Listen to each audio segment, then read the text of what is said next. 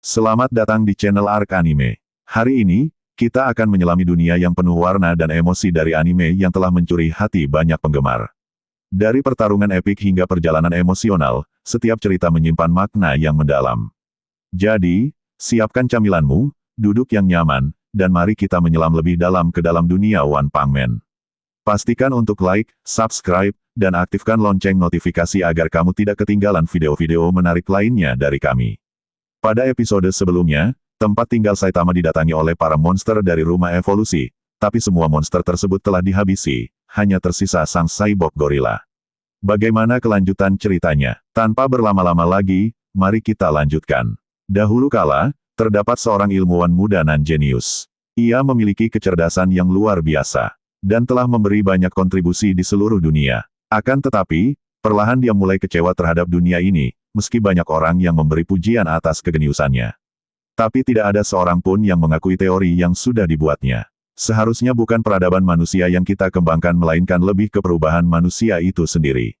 Itulah salah satu impian yang ingin diwujudkannya. Namun tidak satu pun yang bersedia bekerja sama dengannya. Ini adalah orang yang mengirim monster ke tempat tinggal Saitama. Meski semua orang menolaknya, dia tidak menyerah. Dia akan melakukan penelitian itu sendiri dan pasti akan merealisasikannya.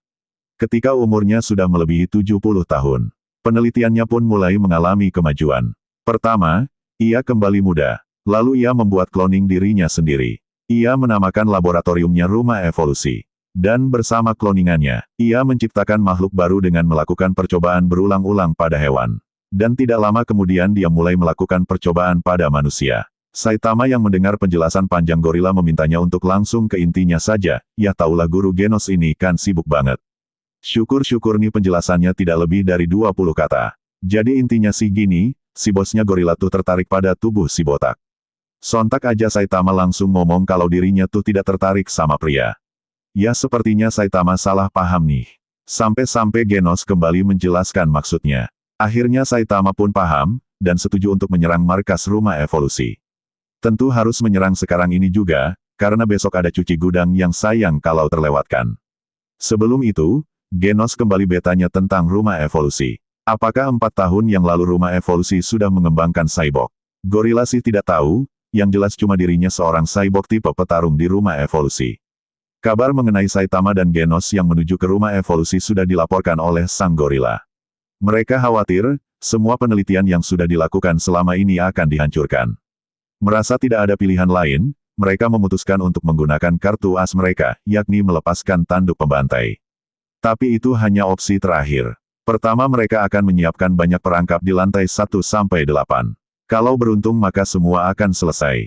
Namun jika gagal, di sisi lain, Genos dan Saitama berlari menuju Rumah Evolusi. Tak lama mereka pun sampai. Saitama menghitung ada berapa lantai si ini gedung. Namun berbeda dengan Genos, dia langsung menghancurkan gedung tersebut, karena menurutnya ini adalah cara yang paling efektif. Di sana ada sebuah jalan menuju ke bawah. Diperlihatkanlah wujud dari tanduk pembantai.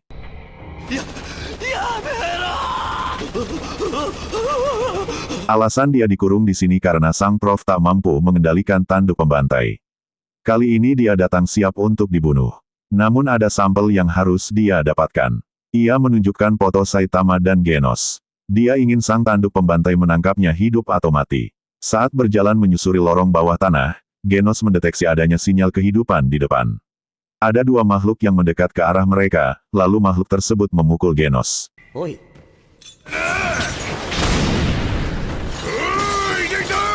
Tanduk pembantai mengajak Saitama pergi ke ruang uji coba pertarungan. Tak disangka di bawah tanah ada ruang seluas ini, katanya si ini adalah tempat paling besar di seluruh Rumah Evolusi. Tempat yang digunakan untuk menguji apakah bahan uji layak digunakan sebagai alat tempur atau tidak. Beberapa saat kemudian, Genos yang masih bisa bangkit melakukan serangan. Tapi tidak mempan.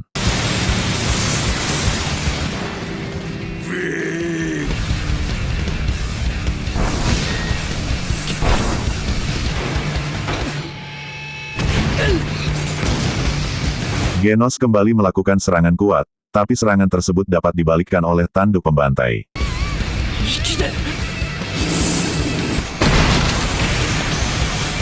Bahkan rambutnya kata Saitama udah kayak brokoli panggang. Melihat kekuatan monster ini, Saitama sedikit bersemangat. Profesor yang terluka berjalan terlatih-tatih. Ia selalu menyangkal kapasitas kekuatan manusia. Selalu memandang manusia selain dirinya sendiri layaknya hewan bodoh. Semua bermula sejak dia berumur 15 tahun. Saat itu dia berpikir untuk membuat evolusi manusia yang bisa hidup sebebas mungkin. Idealisme yang dibuat untuk dirinya sendiri. Dunia baru yang dibuat untuk para manusia baru yang melampaui umat manusia. Ia sangat ingin menyaksikan pertarungan tanduk pembantai dengan Saitama secara langsung. Dibandingkan dengan penderitaan waktu itu, luka fisik seperti ini bukanlah apa-apa. Tanduk pembantai adalah iblis terkuat di bumi yang diciptakan oleh rumah evolusi.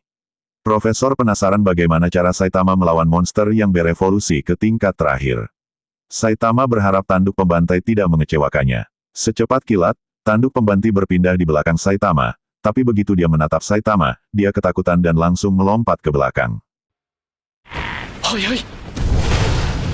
Hal ini sulit dipercaya oleh Profesor. Bahkan tanduk pembantai sampai keringat dingin. Memang Saitama banyak, tapi instingnya memancarkan sinyal berbahaya. Ia pun berteriak bagaimana cara si botak mendapatkan kekuatan sebesar itu. Oh, jadi tanduk pembantai juga penasaran nih. Saitama sih tidak keberatan memberitahukan rahasianya. Ia juga meminta Genos mendengarkan baik-baik. Profesor yang diketahui bernama Genus pun juga ikut nimbrung karena dia juga penasaran banget dari mana si botak dapat kekuatannya. Pertama yang paling penting adalah bisa terus melakukan latihan berat ini atau tidak. Kuncinya itu terus konsisten walau sesulit apapun. Ia melakukannya selama 3 tahun terakhir. Yaitu 100 kali push up, 100 kali sit up, 100 kali squat, dan lari 10 km. Melakukan semua itu setiap hari. Tentu saja, harus tetap makan 3 kali sehari. Di pagi hari cukup makan pisang saja, biar lebih ampuh dalam pelatihan mental. Jangan menggunakan AC meski di musim panas atau dingin. Kesulitan di awal membuat kita serasa ingin mati. Dan berpikir untuk meminta 1 hari saja demi istirahat. Tapi agar dirinya bisa menjadi pahlawan kuat, walau sesulit apapun itu, meski harus memuntahkan darah, harus terus melanjutkannya. Meski kaki mulai mati rasa, Saitama tetap melakukan squat. Meski tangan mulai gemetar dan mengeluarkan suara aneh, tetap harus melakukan push up. Perubahan fisik mulai terjadi setelah 1,5 tahun. Dia menjadi botak dan menjadi kuat, intinya sih, jika ingin seperti dirinya. Maka harus berlatih seperti ingin mati sampai rambutnya botak.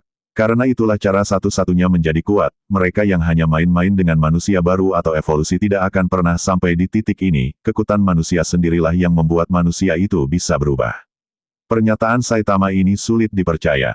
Mengingat apa yang dia katakan hanyalah latihan membentuk otot tubuh biasa. Dan porsinya sama sekali tidak berat. Itu mah cuma level biasa, kata Genos. Dia belajar dari guru Saitama ingin menjadi lebih kuat bukan untuk mendengarkan lelucon semacam itu, karena menurutnya kekuatan guru Saitama bukanlah dari melatih tubuh biasa. Apapun kata Genos, Saitama mah lempeng aja, emang cuma itu yang dia lakukan. Mendengar pernyataan Saitama yang kurang masuk di akal, tanduk pembantai berubah wujud ke mode pembantaian. Semua akses keluar tiba-tiba menutup. Dalam wujud ini tanduk pembantai tidak akan bisa mengendalikan diri selama 1 minggu dan terus mengamuk tanpa ada yang bisa menghentikannya. Itu sih kata dia sendiri ya. Setelah menghabisi Saitama, tanduk pembantai berencana pergi ke kota dan mengamuk sampai Sabtu depan. Anjay pakai jadwal. Tanduk pembantai memukul Saitama secara bertubi-tubi. Hal ini membuat Saitama merasa telah membuat kesalahan besar. Ia tak menyangka mode pembantai akan berlangsung hingga 1 minggu penuh.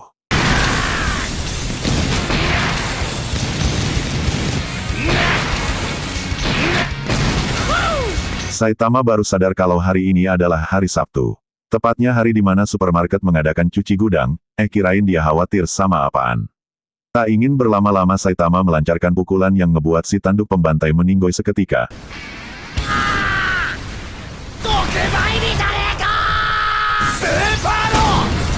Meski demikian, masih ada waktu 4 jam lagi hingga cuci gudang tutup.